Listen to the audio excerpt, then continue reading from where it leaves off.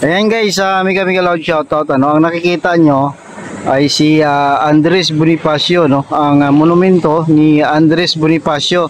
Sa likod niyan ay fountain at saka yung post office, yung main post office. Yan ang fountain at saka yung main post office na nasunog, no? Yung ating pinapadala ng sulat. Pero hindi po yan ang ating content guys. Nandito ako para i-content, ipakita sa inyo at ipaalam sa pamunuan ng Maynila na may isang lugar dito na umalingasaw sa dugyot.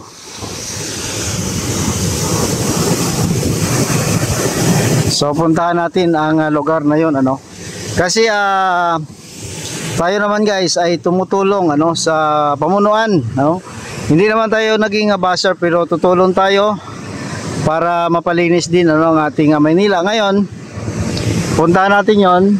Sana mapanood ng pamunuan ng Manila City Hall, kasi alam naman natin na nalinis na ang iba-ibang lugar dito sa Maynila.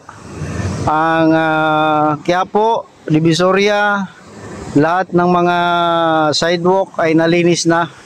Pero baka itong lugar na ito ay na-overlook at hindi nakita o hindi napansin. So sa pamamagitan ng vlog ko ay sana mapansin. Itong lugar na ito ay ginagawang takobi ng mga illegal settlers dito. Tara, punta natin guys. So pasintabi sa mga kumakain guys, itong vlog ko ngayon ay medyo masilan. Ito kay tulong din sa ating pamunuan na sana mapansin nila at malinis ang lugar na ito. Kasi talagang umalingasaw sa amoy, ginagawang basurahan and takobi ng mga illegal settlers dito, mga squatter. Ito na guys, dito tayo, dadaan tayo dito, sa sabi kong lugar na medyo ginagawang takobi ng mga illegal settlers. Ito po yun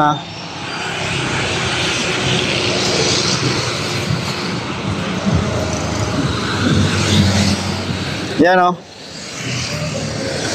Itong lugar na to guys, kahit dito maamoy mo talaga pag daan mo, talagang matinding amoy, amoy talaga ng kubita, takobi, So papunta tayo doon sa dulo at ito rin yung sa dulo nito, nandyan din ang proyekto ng ating Pangulong Bongbong Marcos. Pero sana sa ating pamunuan mapansin ang lugar na ito, ginagawang kubita dito. So ayan, ito yung Pasig River guys.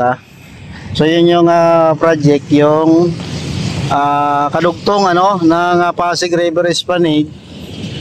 At yan po ay patapos na rin yung area na ito. Pero sana itong lugar na ito ay mapansin ng ating pamunuan na sana malinis, kasi talagang umalingasaw ang baho.